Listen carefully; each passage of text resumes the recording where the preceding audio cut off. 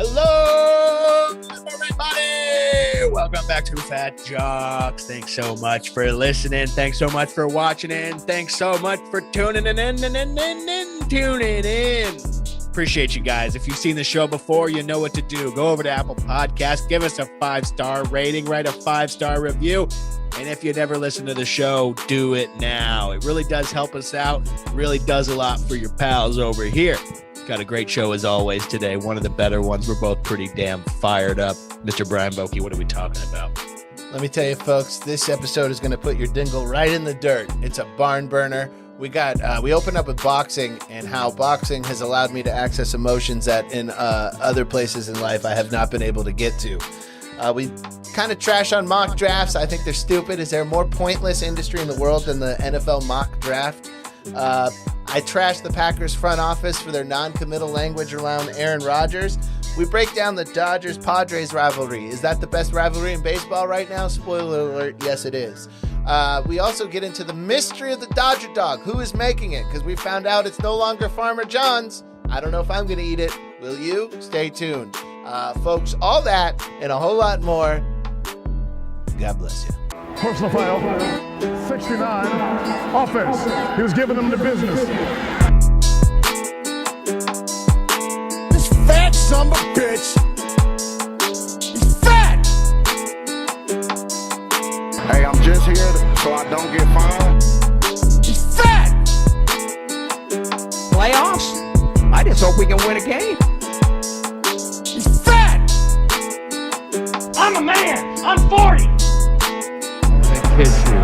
I couldn't care less about this team. That's right, folks. It's another banging episode of Fat Jocks with Brian and Bruce. Bruce, how the hell are you? Go ahead and answer. I'm ready for you. I've never been better. After what the display of production that you just put on, I've never been better in my entire life. That's about, the technology. I love when people say shit like this. The technology it took to make that sound sample happen is actually 10 times more complicated than the technology it took to land on the moon. The first time. We've only been how many times have we been to the moon? I feel like we haven't been to the moon in a long fucking time. We haven't been in a minute, that's for sure. But I think we went like 3-4 times. Yeah. You know what's cool is there's never been a chick on the moon. Yeah, I guess that is cool. I feel like the moon is kind of like a lake house where it's like you're like super stoked and then like you just don't get up there anymore like you used to. Yeah. It's just a bunch of dudes playing cards once you get up there. Yeah. Yeah, I would love to go to the moon. I can't wait to be the first comic to do a weekend on the moon when Elon Musk fucking colonizes it. A similar amount of people than when you do a weekend anywhere else. Hey, folks, how the hell are you? Oh, wrong. God damn it, I fucked that one up. All right, no, I'm gonna call the police on you if you keep doing that, dude. No way. I did a shockingly packed show in Wenatchee, Washington this weekend at a brewery. I got to tell you, when I hear that I did a show in a brewery in Wenatchee, I'm not shocked that it was bad. No, I said shockingly packed. Oh, it was good. That's what you have to realize is that right. Watching on YouTube, that's a regular sized coffee cup that Bruce is drinking out of. We didn't call this Fat Jocks for no reason. Dude, I feel like most places where comedy shows are bad right now, they're good because they're packed, and most places where comedy shows are good right now, they're just okay because they're like socially distanced and whatnot. Yeah, I don't know. I'm getting up at the Improv a lot, and 3, 4, 5 tables of regular people in the front, and then all comics in the back, and they got a stage on the patio, and the bar is so fucking low. Like I went up a couple nights ago, everybody stunk. Dana Gould drop in was amazing, and then I went up a couple people later, and I swear the audience walked away being like, "That Dana Gould and Brian guy were funny." The rest was weird. Yeah. Well, dude, the show that I did this weekend, the lady who booked it was very nice. And she said she's been doing comedy for 10 years. And then she had a printed piece of paper typed up where even typed up at the very beginning was, "Ladies and gentlemen, welcome to comedy night at the brewery." Oh, boy.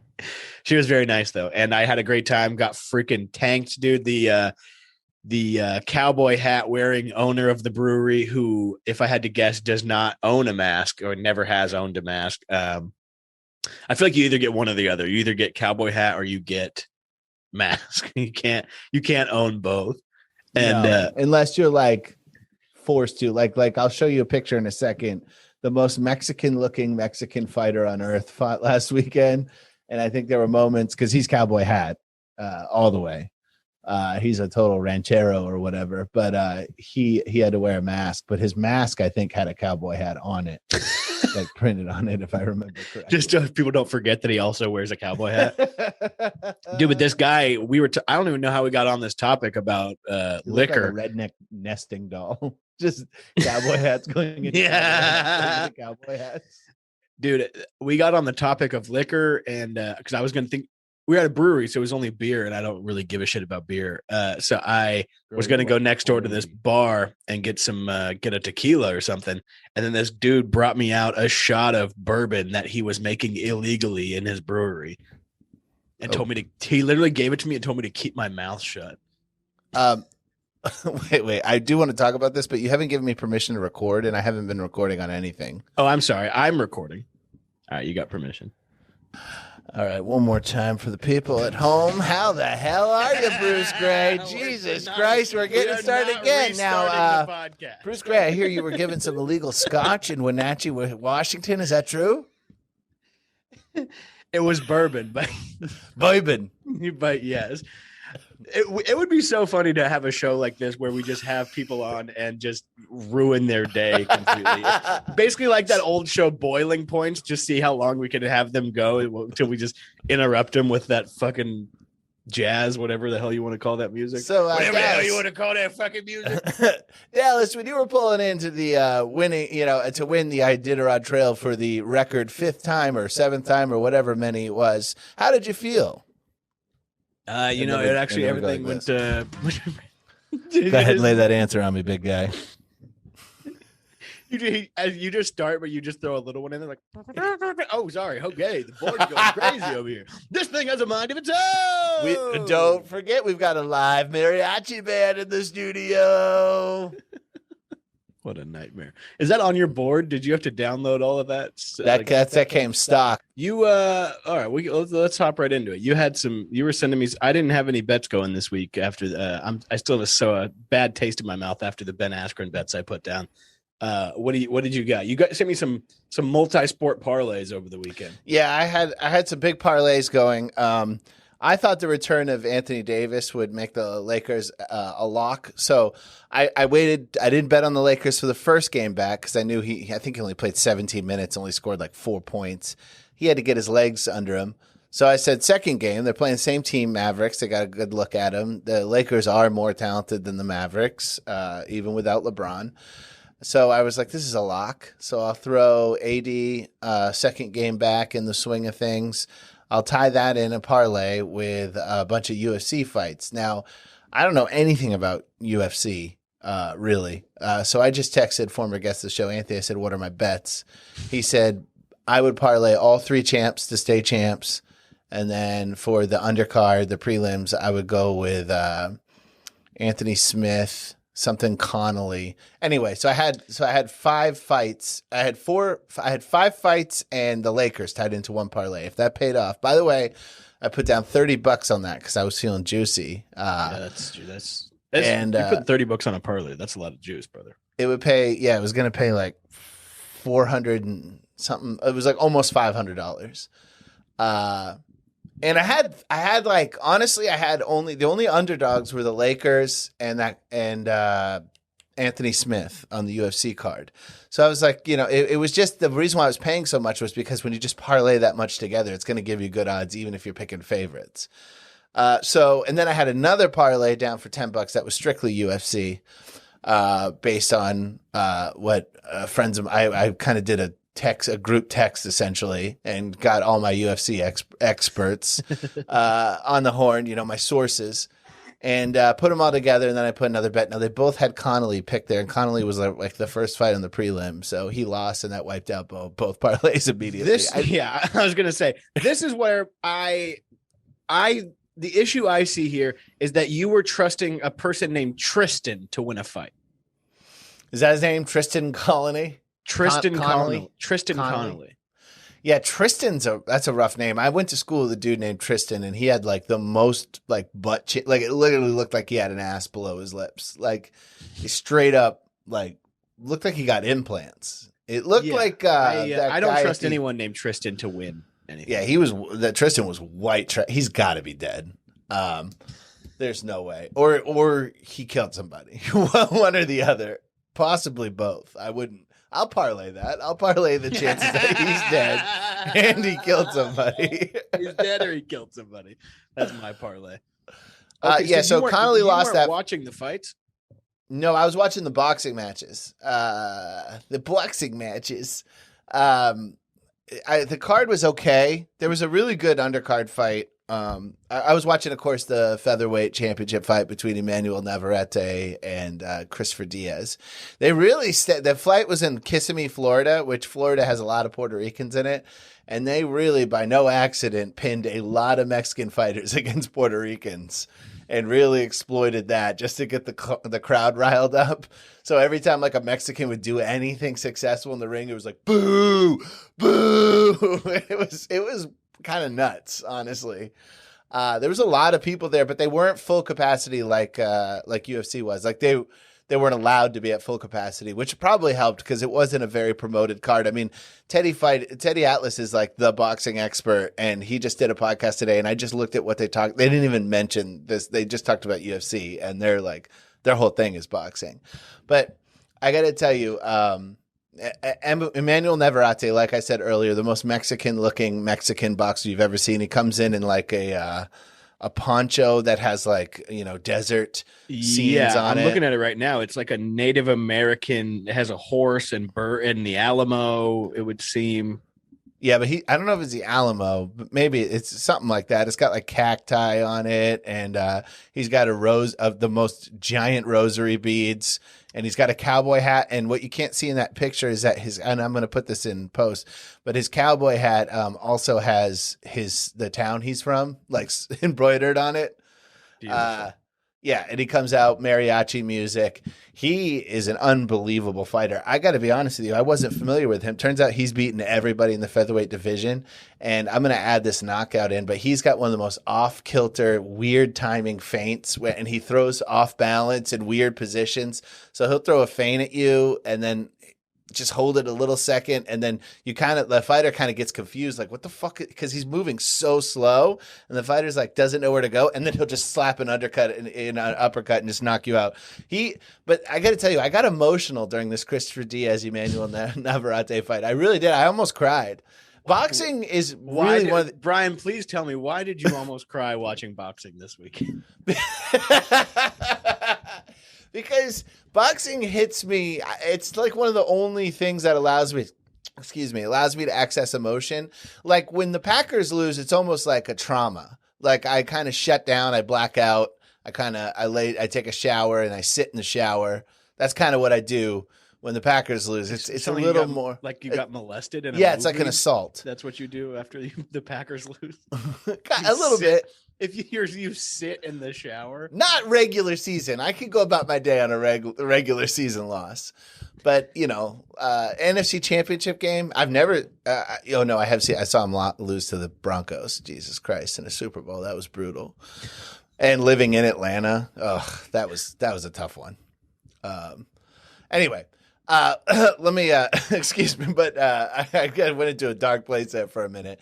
But I accessed emotion through boxing. That's what I do, and I start. It allows me a chance to reflect on my life and where I'm at and where I've been, and I see it in the fighters.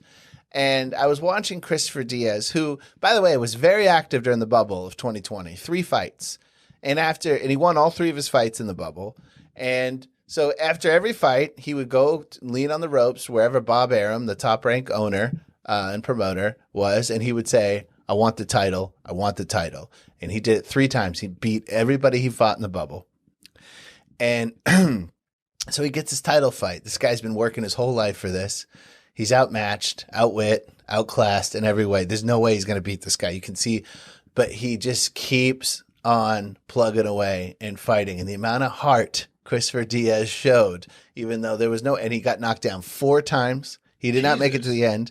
He got TKO'd with like 20 seconds to go in the 12th round. He almost made it through the whole fight. And he just He won every round he didn't get knocked out in. I personally think he won. He just was so active, but it just puts it into perspective because a lot of people tell you, a lot of rich people will look you in the face and tell you if you work hard enough, you can achieve anything. And what I realized through that fight is that's just not fucking true. It's just not possible. That guy Is worked. this what made you cry? Is because you started looking at it through the lens of your own career? Yeah. And I was like, it's not lack of work. That's not working for me here. I'm working my goddamn ass off. But just some things are just not achievable. No matter how hard you work, there's going to be an Emmanuel Navarrete who's just going to uppercut you and put you right on your ass, and there's nothing you can fucking do about it. There's some people just don't succeed, and that's what I learned as I was watching that. And my heart went out to Christopher Diaz. I kissed my fingers and I spread them out up to the sky, and I said, "Christopher Diaz, thank you for this lesson." And then in your room alone in your dirty underwear, kissing the sky. Well, I don't know why my underwear is dirty. I mean, it does look like it's been shot with buckshot, but that's because it's been washed so much. And that's because it has. You know me, I'm a rascal. Yeah, I don't know. I'm so sick of watching motivational speeches where people are just like, they send that, they dial up that fucking American myth that in this country, anything's possible. If you work hard enough, you can achieve. No, you fucking can't. No, you can't. A lot of us, most of us, almost all of us really don't have that much to look forward to, no matter how hard we try. And that's why Christopher Diaz is now going to be one of my all-time favorite fighters because, he's all heart. God bless him. But he just ain't got it.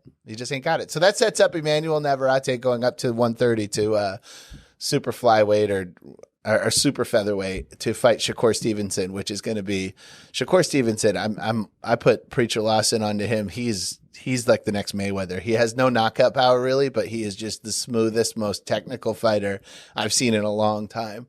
So I think that'll be a great fight. You got this off-kilter, herky-jerky guy with knockout power versus one of the most defensive boxers who gets hit less than 20 times in a 12-round match.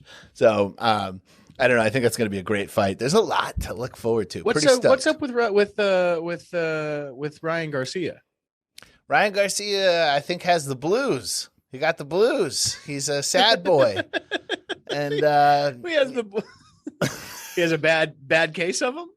Yeah, he might have a bad case of the bipolar blues or whatever. Yeah, so what is it like a CTE type thing, or he's just a no? I don't think it's a CTE. Is it legit, or is he ducking something to dive into something else? Well, he's always said he's been open that he wants to retire in his mid to late 20s, and that makes sense. So, and here's the thing: he's got the following where if he just plugs Gymshark on his Instagram, he's making as much as he gets for certain fights, and he's not getting hit at all. And so he has the ability to make money without fighting. And he could, I don't know if he wants to keep fighting, but he could retire undefeated and be one of those what if guys and live off of that what if for the rest of his life. Style dude? Huh? Like a Barry Sanders style dude, but even less. I mean, not even Barry Sanders. Andrew Luck, maybe. Maybe more Andrew Luck, I guess. Yeah, because Barry Sanders is a Hall of. I mean, there's no chance Ryan Garcia goes close to a Hall of Fame. He's not going to sniff that. But I mean, I don't know. I don't know. Maybe he really is mentally ill. I mean, he started it's weird because he got caught cheating on his girlfriend and then immediately started plugging Bible verses and started getting super Christian, got rebaptized, was born again. And then next thing you know, sick playbook he's running by right now. I mean, he's had me on the horn. I've been advising him on how to get out of this scandal. Look, I said, brother, you go down, you get baptized again. Yeah. If you get caught again, convert to Islam. There's no way. There's a last ditch effort in there. Yeah, so I don't know what's going on with him. I personally, I don't wish the guy nothing bad. I don't care. I'm not that interested in him as a boxer. I think he's got more to offer hanging out with the Paul brothers and being on YouTube than he does in an actual ring with real fighters. Any chance he's going to fight one of the Paul brothers? Man, he would light them up. Yeah. No way. Any chance that he fights both the Paul brothers at the same time? I still think he wins because you can't hold. Yeah. You know, That's like, I mean, that would be the best idea is like if Mike Tyson or somebody came back and just fought both of the Paul brothers at the same time.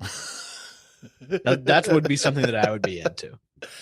That I would pay. I mean, I wouldn't pay, but you know what I mean? I would watch that.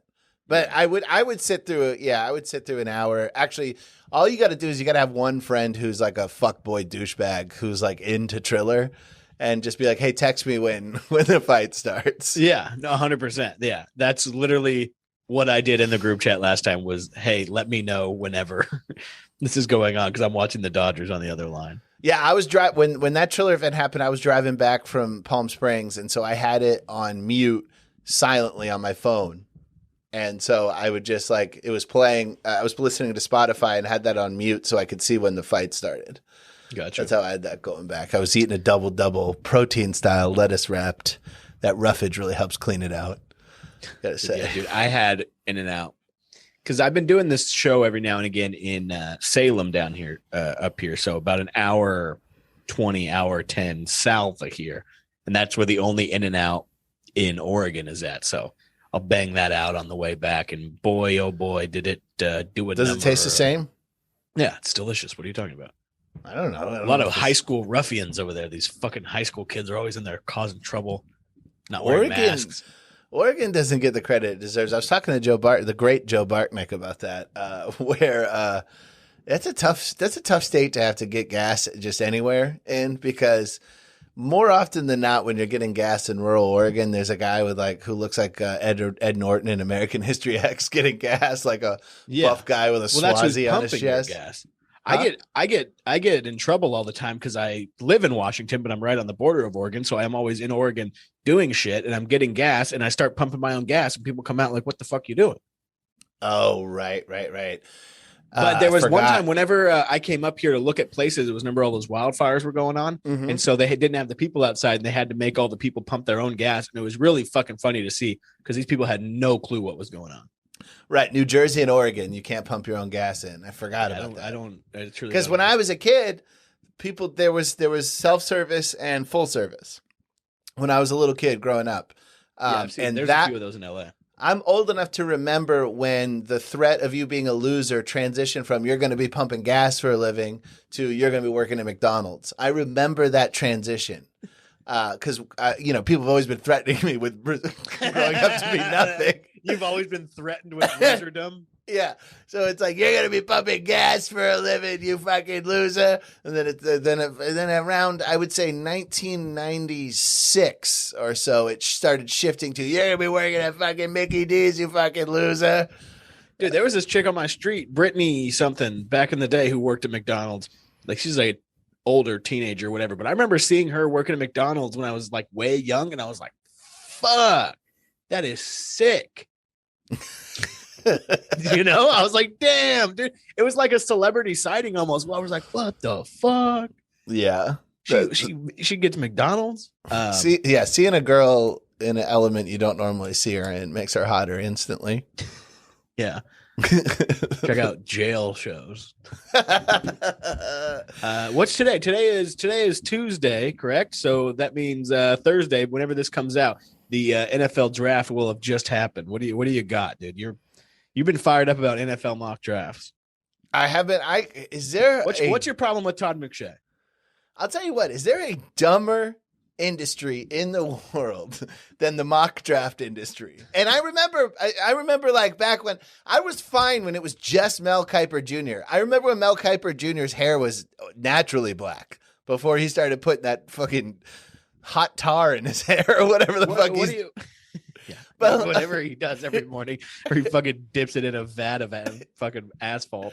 Yeah, seriously. What's the issue, though? I like a mock draft. It's the dumbest. There are people who wait this is what they do. Joe Klatt, Todd McShay, Mel Kiper.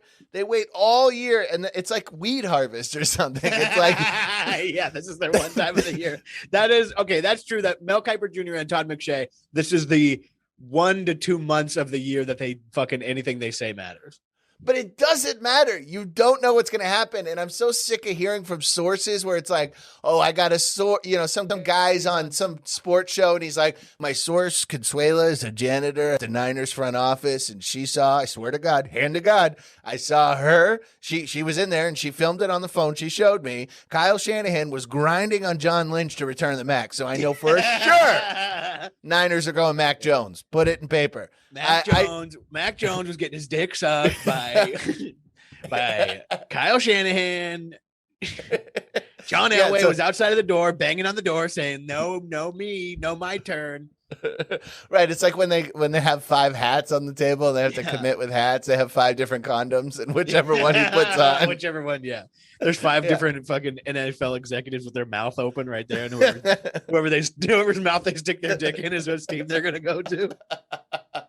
Dude, but no, it's just like, it's so phony. Like, you have no idea what's going on. I don't understand. I mean, there could not be something I know that all of sports media almost entirely is about what might happen. That's kind of all sports media is. But there is nothing more what might happen than the mock draft. It's just useless information. You're sitting there and you're like, I just spent 20 minutes on some guy, listening to some guy just guess out of nowhere what he thinks.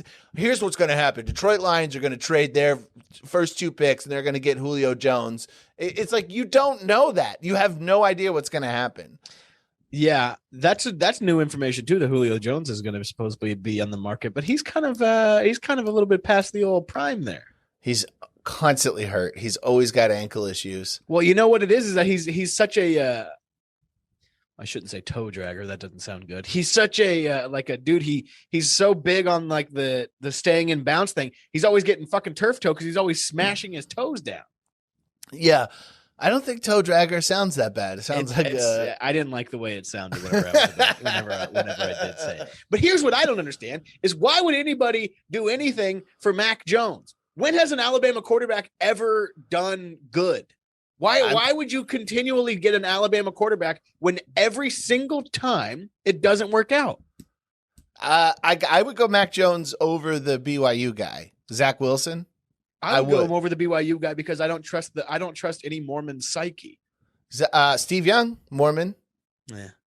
Yeah. Great Hall of Fame quarterback. All right, excuse me. What's up with this? What's up with Trey Lance and what's up with fucking North Dakota State or whoever having a fucking brilliant quarterback every 4 years? What happens is they are the kings of getting the Aaron Rodgers type, the guy who doesn't get a scholarship. Yeah, I mean, but they've been winning whatever that division is. They've won it 150 years in a row. It was FBS. Is that what it is? Whatever it is, they win it constantly. Yeah, they win it every year. So they're going to get the best of the people who fell through the cracks. So, but what caused Trey Lance to fall through the cracks? Are you familiar? I'm not familiar, but a lot of these quarterbacks hit growth spurts in college. The like weird shit happens. Like I think Carson if you go to North Dakota, weird shit is going to happen. Yeah. Maybe they shoot them up with human growth hormones. I mean, maybe they don't test them at that level, Division II, whatever. Yeah, maybe there's some weird shit going on in North Dakota State, dude.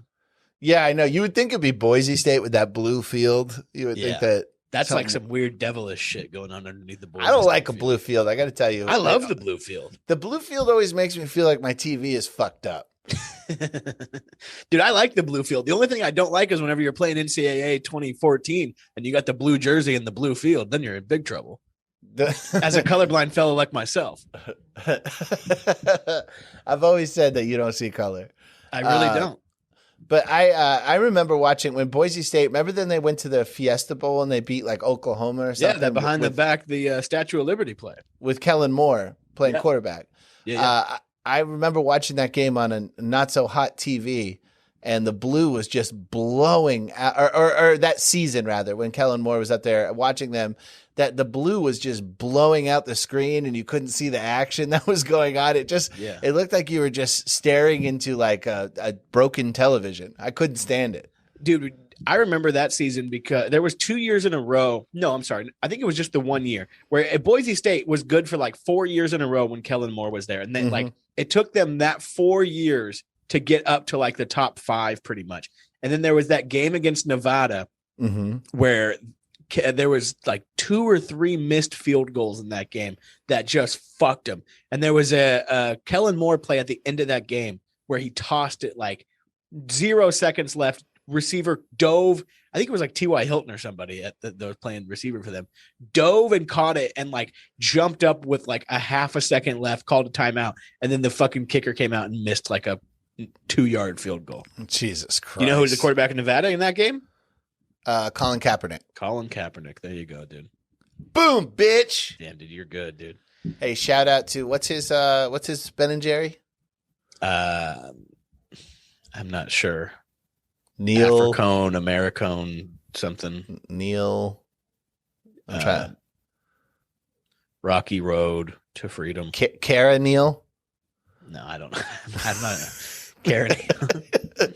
I just need to address Brian Gutekunst, the general manager of the Green Bay Packers, and the whole Green Bay Packers front office for their non-committal fucking language around Aaron Rodgers. I am losing my goddamn mind. Brian Gutekunst came on television. He didn't come on this. He appeared on television. How dare you do that? He appeared on the television, and he said he still is being slippery around it. They're asking him why they haven't finished up Aaron Rodgers' contract. And he said, look, Aaron's our guy. Aaron's going to be our QB for the next foreseeable future. Don't like that much. I guarantee you, if you are married to anybody in the Packers front office, you are getting cheated on. I guarantee you. These are slippery, non-committal. They don't have any long-term vision. They don't understand that they have it made at home. They just, their minds wander and they think there could be something better out there in the world.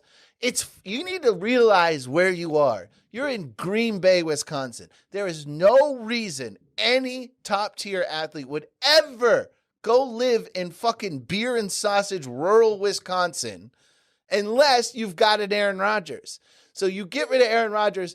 They already don't sign free agents. They already don't do that. But let's imagine that they do. Let's go into a pretend world where they do sign free agents. Do you think any motherfucker is going to go live in Green Bay unless maybe JJ Watt or something, White, maybe some guy like that. But I really don't understand who the fuck would want to go to that place unless you like cow tipping. So you've got to hold on to Aaron Rodgers and build around him. Otherwise, nobody's coming there. Nobody cares about a storied franchise. You're more.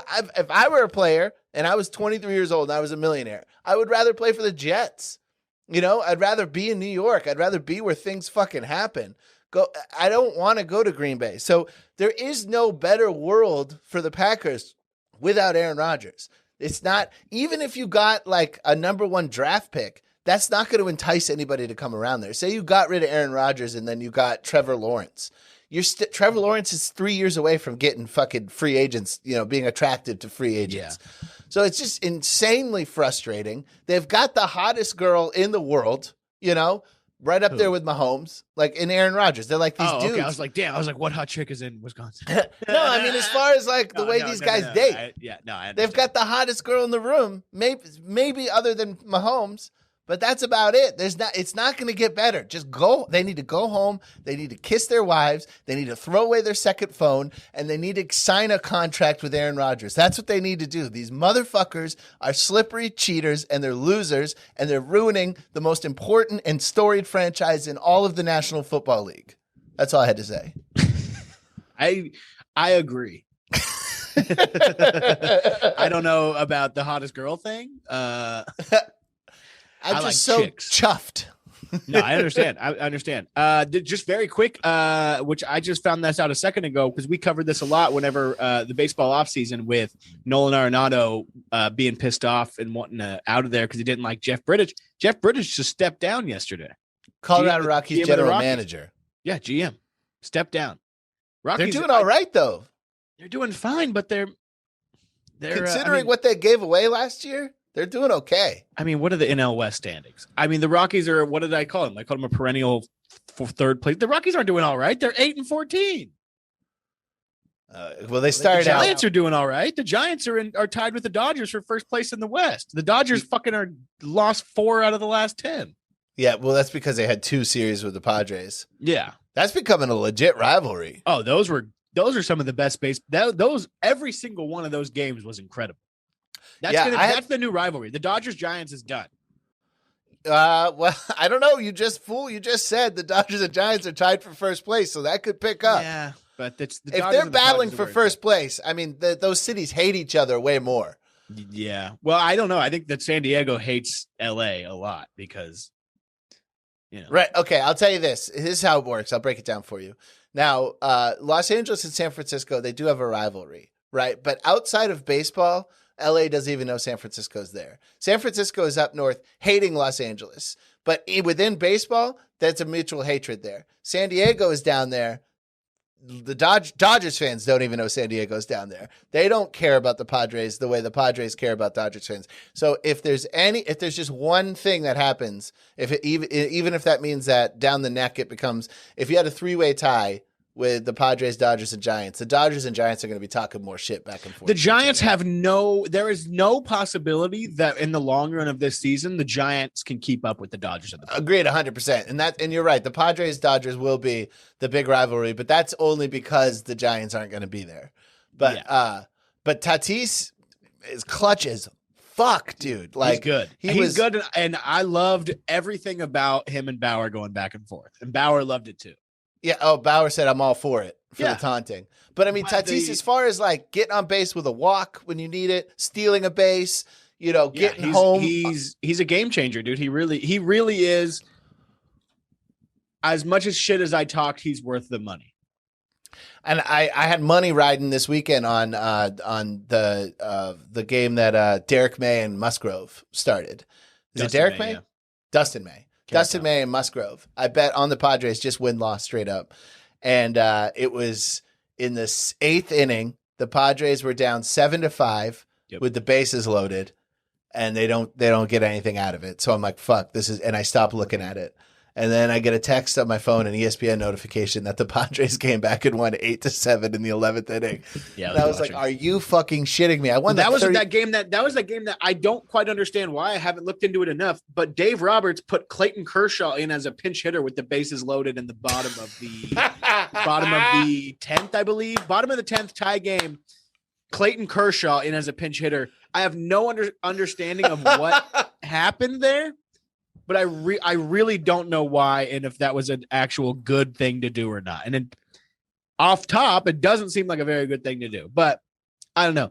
I don't think that Tatis actually was peeking at the signs like they're saying he was. I think that he was just seeing the catcher setting up outside.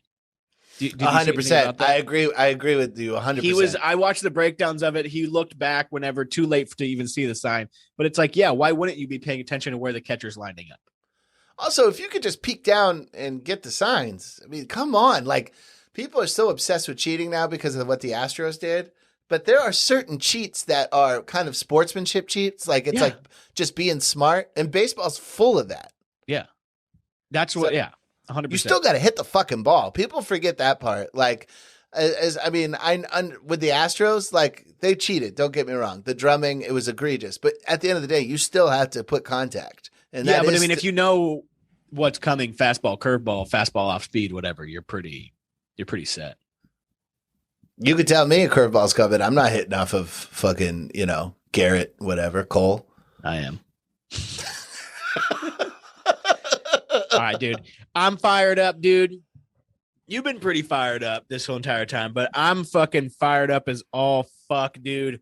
Farmer John and Dodgers have ended their relationship.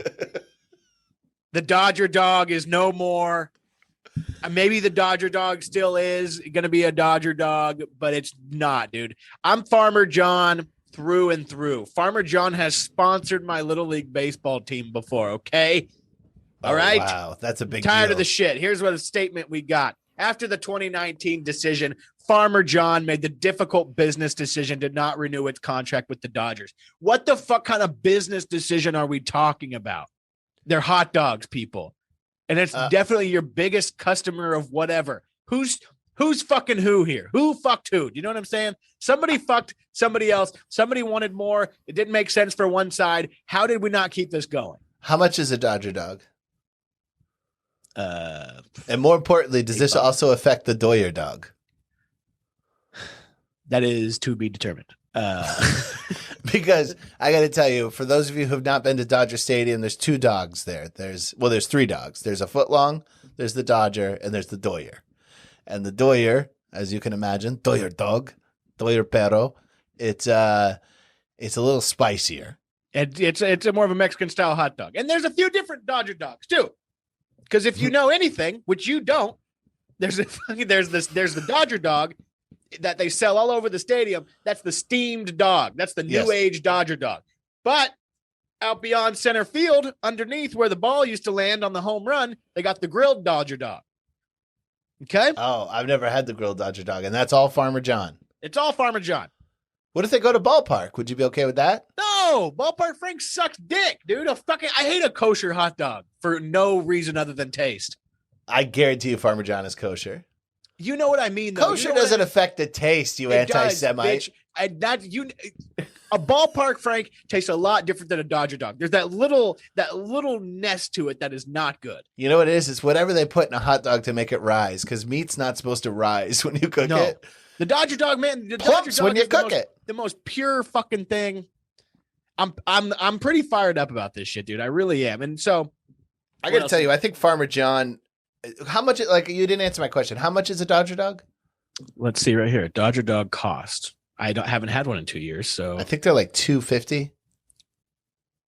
No, like $2.50. Are you crazy? It's I like thought that $6.75. I thought the whole thing about Dodger dogs is that it's super cheap. No, dude, this isn't the Masters, dude. The Dodger dogs they're not cheap. They're like $6.50. They are cheap. There's dollar hot dog days. Oh yeah, I went there. We went there dollar hot dog day. Yeah, don't they limit you to 6 per person? 6 per transaction. They're not keeping track on you the whole game. Well, sure, per transaction. Yeah. These 5 are for my fucking cow wife. I swear to God, I'm only eating one. Dude, I was in my seat, fucking Joey Chestnut style, just dunking 2 of them in water and chomping them down the entire game. I'm gonna isolate that act out and do all kinds of fun stuff with that. Yeah, with the music. All right, dude. And you know what's even more crazy about this is they're about to have to take down that Dodger dog Farmer John statue in center field, Saddam Hussein style. They're gonna tie a rope around it. Yeah, dude. They're gonna tie a rope around it and fucking tear that shit down like it's a fucking Confederate general. How long has Farmer John been teamed up with the Los Angeles Dodgers? Dude, I saw this a second ago. I just lost it, but it's Dodger Farmer John. Did Jackie Robinson ever have a Farmer John Dodger dog? Yeah, dude. Fucking Abraham Lincoln did. What do we got here? How long are we talking? They sell 3 million of these motherfuckers a year at Dodger Stadium. I think it's the Dodgers who are fucking them. Then if they're charging $6.50 for a Farmer John's hot dog, I bet Farmer John was like, "Well, then give me 10 cents a hot dog instead of 3." Yeah, and it's like, man, come on, take what you could fucking get, dude. How long is who? This? The fucking Farmer John, dude. Fuck Farmer John. You can't say, "Oh, Farmer John." Oh, they're owned by Hormel now. See, dude, it all comes out in the wash. Wait, they've been owned by Hormel since 2004. I can't quite find how long they've been doing it, but it's been a long fucking time. There's a documentary called "The Real Dirt" on Farmer John.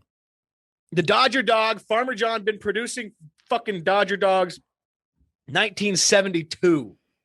Oh, so Jackie didn't have one. No, but Fernando Valenzuela did. And believe me, I think he had quite a few. Legend has it that they were out of ice that night. Kirk Gibson hit that World Series home run, so they had to ice his ankle down before he went up with frozen Farmer Dodger John hot yeah, dogs. Dude. Fucking magical powers. That's what I do every night, dude. That's what I use for my hemorrhoids is a frozen Dodger dog. Legend has it Oral Hershiser got his name Oral from sucking on Farmer John hot dogs nervously before he would pitch. Dude, he would just deep throat a Farmer John hot dog. Okay, not only do they sell that many at the stadium, but they sell them outside of the stadium too. They sell them in like the packages, the Dodger dogs, the fucking big ass motherfucking thing. Mm-hmm. I don't know what's going to happen. They sell them at AM PMs too. Yeah. I used to get every now and then I would get a Dodger dog at an AM PM. Yeah. Especially during the 2020 season. Just put the game on the radio, head over to AM PM, get a Dodger dog. Yeah, dude, play a little live audience on my phone on YouTube, queue up live you have audience. 3 phones going on like you're one of those crazy people playing Pokemon Go with 5 fucking phones. I just don't understand it, dude. I don't understand how we couldn't figure things out. Bruce, you're getting older and the world changes around you. I mean, I just found out that the bronies and the furries have a Nazi problem. And I never thought there'd be a time in my life where I didn't recognize Nazis. And now you're not recognizing hot dogs. It's just a part of getting older, brother. Apparently, this is what I don't like, too. This is where I have a beef with the Dodgers. They fucking switched them out, didn't fucking tell anybody. Oh. They've been serving them for 10 days. I would love to see you just fat out at the counter and be like, this does not taste like a farmer Dodger dog. I would see it. I recognize the print. I'd be like, look at this twist usually has 10 indentations and this is 12. What have you done? Who made this? This is a counterclockwise twist. Everybody knows Farmer John goes with a clockwise twist they have since 1889 when they started on that angelic small farm in Illinois, as I read on Wikipedia 2 seconds ago. They didn't tell him, and they still haven't even released who's making the new Dodger dog. It's all you can't have secret Dodger dogs. Dude, fucking exactly what I'm saying. This is what I'm saying too. This is all very like Roger Rabbity, dude. The bald guy, whatever his name is. Christopher Lloyd coming in and fucking switching stuff up, serving secret hot dogs, not telling people what's going on. I don't like it. Yeah, that's brutal.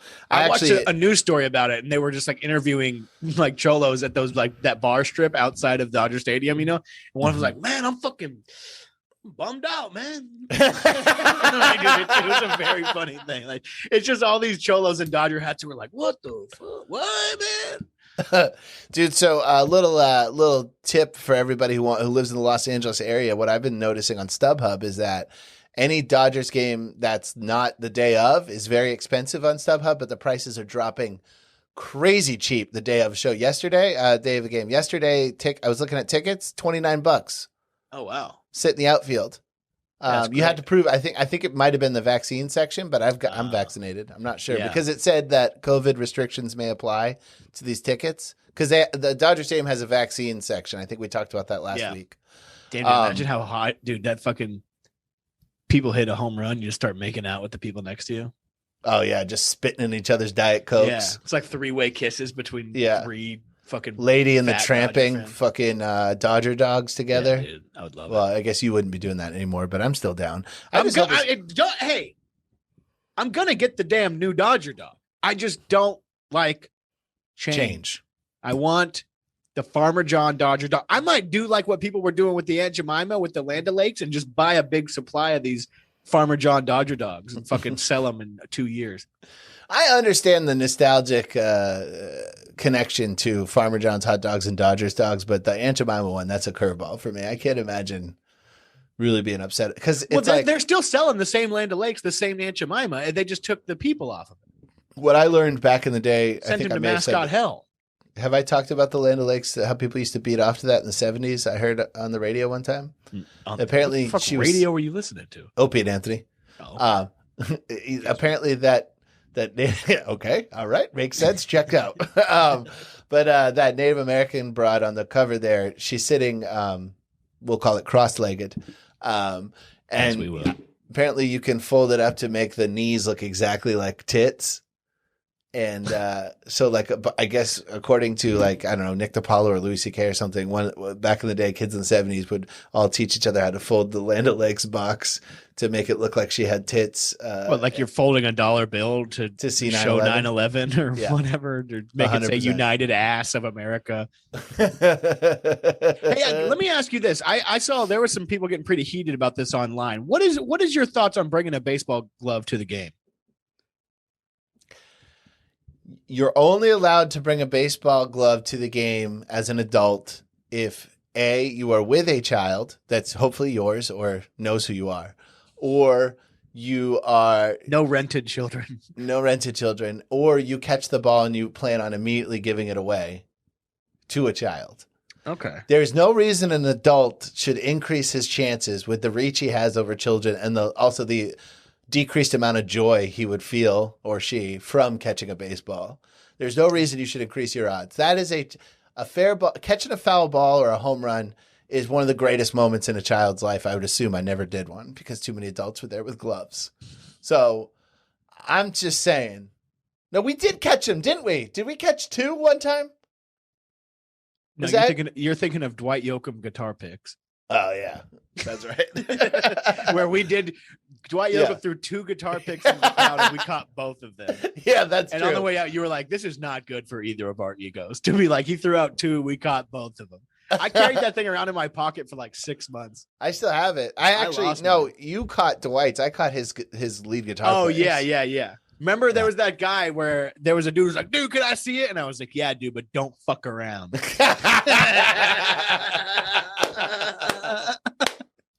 Because, dude, in my mind, I'm like, he's gonna grab it and run off, and I was like, "Dude, don't think I won't fucking resort to kicking the shit out of you at this concert." Yeah, that's right. I got the guitar picks mixed up with the baseballs. But yeah, no, so that's my take. If you bring a glove, it should be, you should, I mean, but also with a kid, there's a decreased amount of joy from getting it handed to him as opposed to actually coming up and catching it. Look, little kids aren't little kids. It depends on what age. They A lot of catch it little on the kids don't bounce. get- Okay, but I mean, no way on the bounce. That's where people start fucking kicking the shit out of each Yeah, other. it is wild watching grown men with one beer up and not spilling a drop and just Yeah. fucking laying in like a Yeah. scrum. Oh, dude, you ever see the videos of the fucking when Barry Bonds hit that home run? People are killing each other out there for that. Oh, back when he was going for 77 or whatever? Yeah, or whatever he was going for the like record all time and the season record too. See, my thought, dude, there are some parts of a ballpark where a glove is going to keep you safer. Absolutely. If, Remember, say we've you're- talked about this before, the deadliest launch angle. That there are parts of the ballpark where you're not protected from that launch angle. No. If you're like, say, right behind third base, which Yeah. is sometimes the most expensive seat in the stadium, Or down the line in between third base and mid outfield, people rip it, dude. And Yeah, what yeah. are you going to trust? That you're going to trust a teenager with a glove right there on the field? They've No, got a you're helmet right. on. If you're sitting in line drive lands, deadly launch angle lands, then bringing a glove is fine. But you got to admit, it's ridiculous. Like when you're a grown man, wearing a jersey and you've got a glove on, just you couldn't announce more to the world that you are unhappy with your current situation in life in a more You know what's obvious funny is way. what you just described to me. I would be more than happy to be there. But also, I don't know. There's also a joy that you get out of catching a ball barehanded. That's what I'm talking about, where you go, get the ice.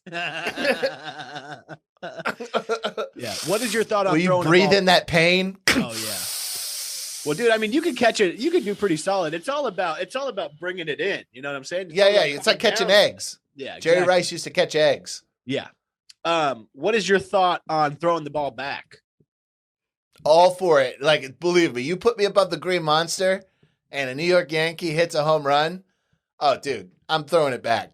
And that cheer, that's the kind of cheer I like. Like the cheer that you would get for throwing a home run back, because people respect the shit out of that because they know that, like, look, I'm catching, Aaron Judge's ball. That maybe I could sell that on eBay, or maybe it's a memory forever. And you say, fuck that, Red Sox all the way, eat my ass, and you throw it back, and then people just lose their shit for you. That's one of the best applauses a human being can get. Yeah, and it's actually allowed. I don't know about every stadium, but most stadiums, you're allowed to do that.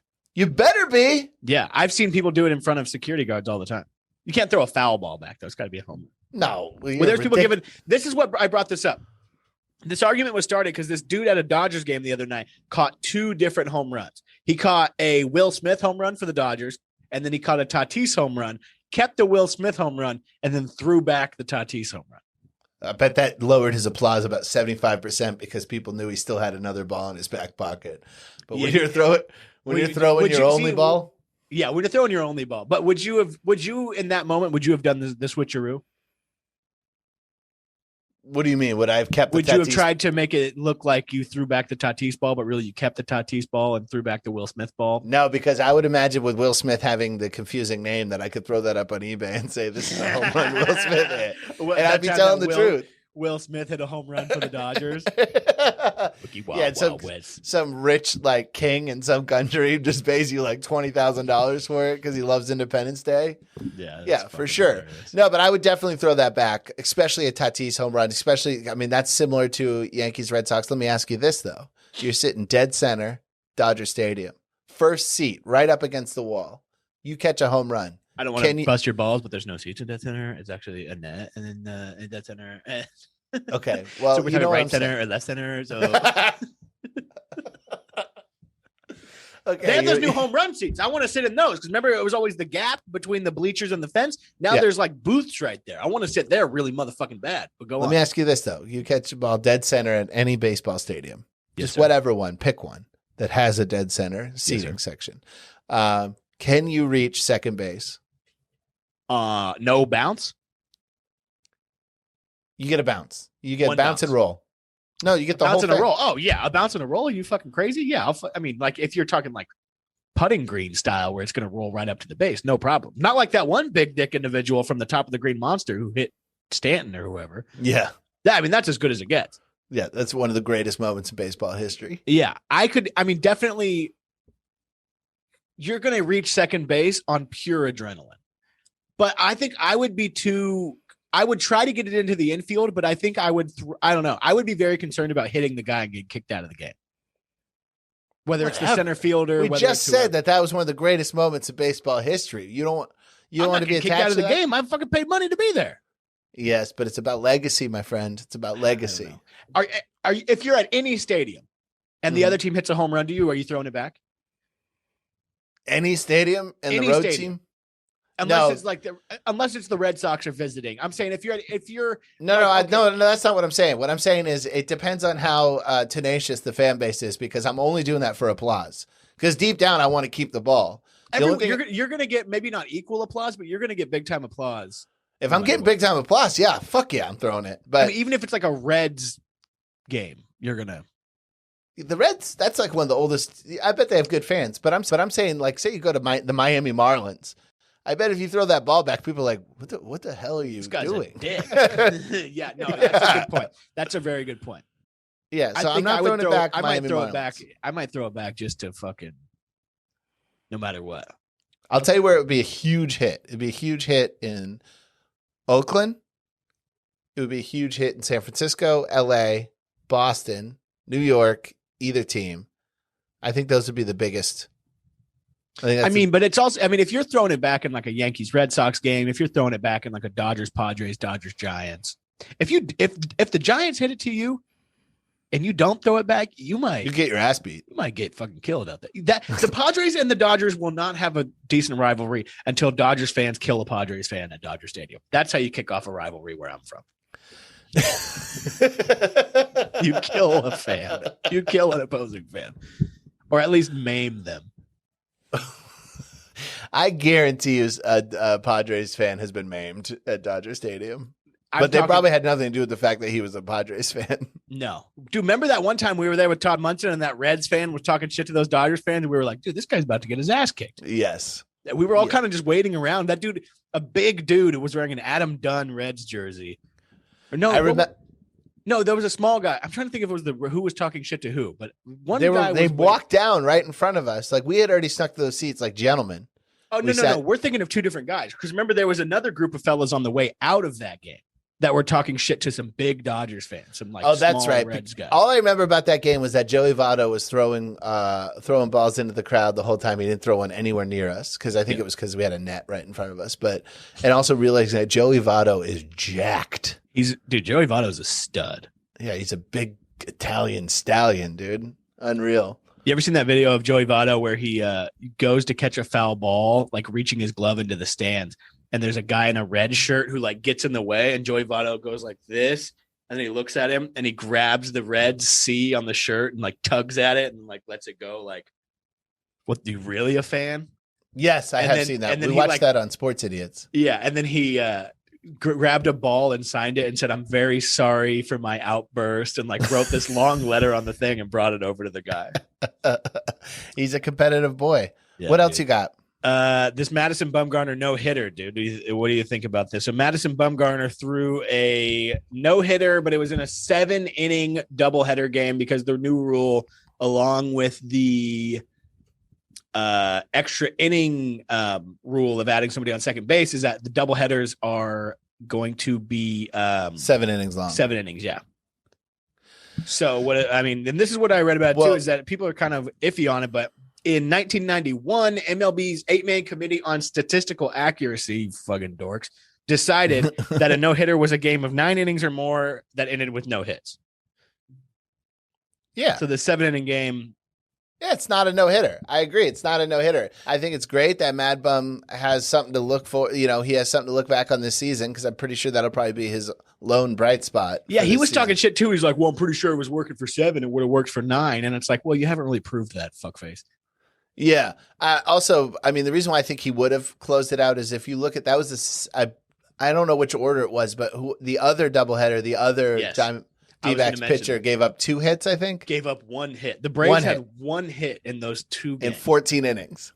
That's what against, yeah. So the other guy threw 7 innings, a 1-hitter. And then could you imagine if that's gotta shit. If Bumgarner did that first, that's gotta piss off Bumgarner so much. But if the other guy went first, then that's gotta piss him off so much. Like, if you throw a 1-hitter, you can do it, and then Bumgarner does the same. You're like, whoever went second pissed off the other guy in whatever order it went. Bumgarner went second, and I would be pissed if I was the other guy too, because I'd be like Bumgarner, who hasn't gotten a fucking single out all season. It would seem like, yeah, really putting the bum in Bumgarner. Am I right? But I just think that, how cool would it have been if Bumgarner was like, "Hey man, watch this," right before he did it, and through 7 innings, no hits. Who was that against? Braves. Damn, the Braves, I mean, Acuna alone is just on fire, so that's kind of shocking. Yeah, dude. The NL East is looking whack right now, dude. I mean, the Mets are looking like they're going to win it. The Mets are in first place, and they're 9-8. Phillies are 11-11.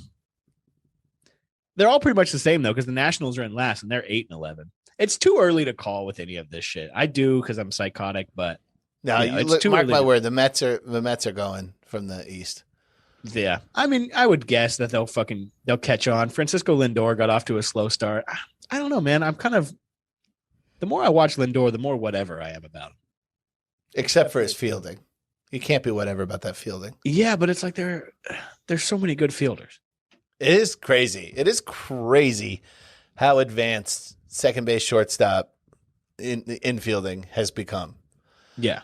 Like, I saw an interesting video of, I think his name's like Jeff McNeil or someone who's playing second base for the Mets, and Lindor kind of talking to each other about like getting in rhythm and like how they want to turn double plays and stuff. It's pretty interesting. Let me ask you this. All infield positions minus pitcher, obviously. Who do you got number 1 defensively? Who do I have number 1 defensively in the MLB? In the infield. So first base. Who's the best defensive first baseman to you?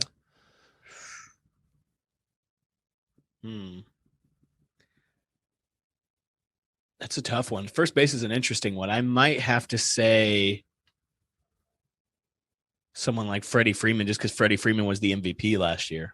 Whoever can do a split, that's who I take for first base. There's nothing I love more than when a first baseman hits a split, drops down like a goddamn gymnast. Yeah. Second base, I like Colton Wong. Is he an Angel? He is a Brewer. No, wait, is Colton Wong a second baseman? Am I crazy? Colton Wong is a second baseman. Yeah, he's a second baseman.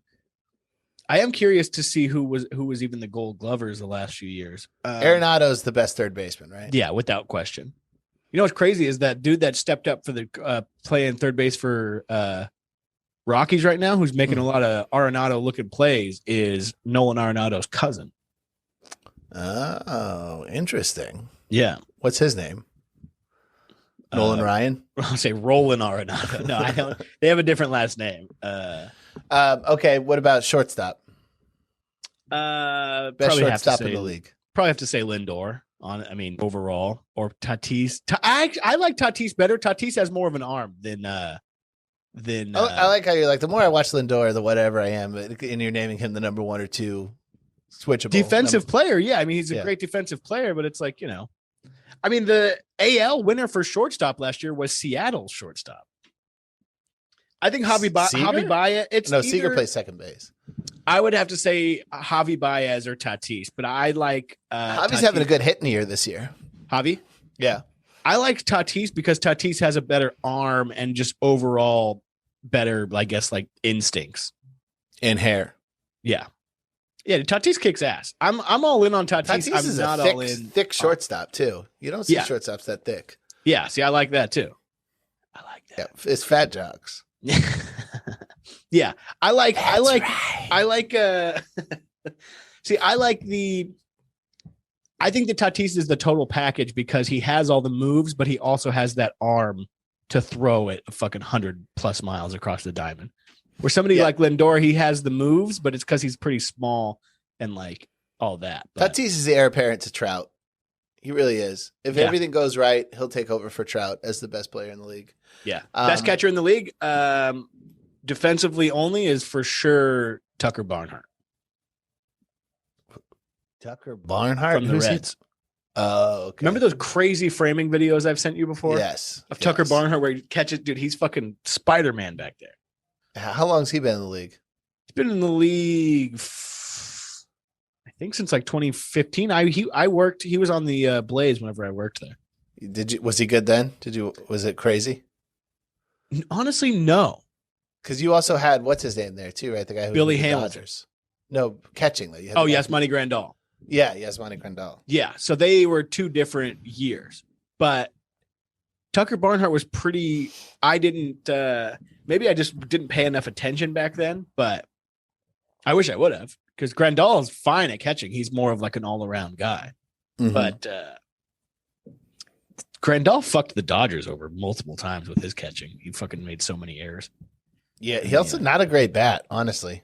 Yeah, he's fine, but he can do. I mean, if you're a catcher and you can hit even a little bit, you're a fucking stud. Is he still in the majors? Grandal? Yeah, he's on the White Sox. People think he's like top 3 catcher in the league because he can hit. Interesting. Yeah. All right, let me wrap up. Anything else? Nothing except for my Red Sox keep staying in first place.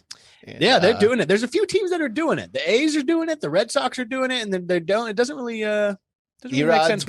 You know what I like about it? Their stars for their teams right now: Eduardo Rodriguez, JD Martinez, and Xander. They've all. I mean, and JD's obviously not a product of the Red Sox, but it's the long timers, the ones who've been there a while, who are really crushing it. Alex Verdugo's doing okay. Alex Verdugo's doing okay, but JD and Xander are going back and forth for batting average, hits, and RBIs. Like they're like in the top 5 for all of that in the league right now. Yeah. Dude, Alex Verdugo's hitting fucking 325, cousin. Yeah, but look at JD and last time I checked, JD and Xander were in the 360s. Really? Yeah, I like this time of year where some people are hitting like 400 for a while until it'll fall off. Yeah. What do we got, JD Marty? What's JD? Oh, JD Martinez in 370. Yeah, dude. And look at Xander. Oh, God. Yeah, man. That's also another thing is that all 3 of their stars right now, here's where they're going to be in trouble. They have, I think they have Matt Barnes. Xander Bogaerts hitting 366. Yeah, dude. They have Matt Barnes as a relief pitcher, and I just don't see that working out for them in the playoffs. But every single stud on their team right now has a good Boston name. Eduardo, JD Martinez, Xander Bogaerts, Alex Verdugo, fucking Matt Barnes coming in relief, dude. It's great. Yeah, Rafael Devers. Yeah, dude. Devers? Are you kidding me? That is very funny. That is a perfect Boston name. Yeah, they're making it happen. There's a lot of teams that I mean, like I said, it's too close. Well, they got their coach back. They got their manager back. Oh, Alex Cora's back, huh? Yep. Dude, Alex Cora. And the Yankees are still in last. That's it's because they suck forever. This is not their century. They had the last century. This century is not theirs. It's too early. The Yankees are the white man of baseball. Healthy, but the what? They're the white man of baseball. You had your time. Step down. Apparently for a minute the Yankees were going to move Aaron Judge to the Angels this offseason. That would have been the Angels they're the best at putting together a video game roster that just doesn't win. Yeah. Pujols is and, Josh Hamilton. What's that? Like Pujols, Josh Hamilton. Yeah. All right. Well, let's wrap it up there. I gotta go get a pedicure. So hell yeah, dude. All right. Thanks for listening. Goodbye. Bye.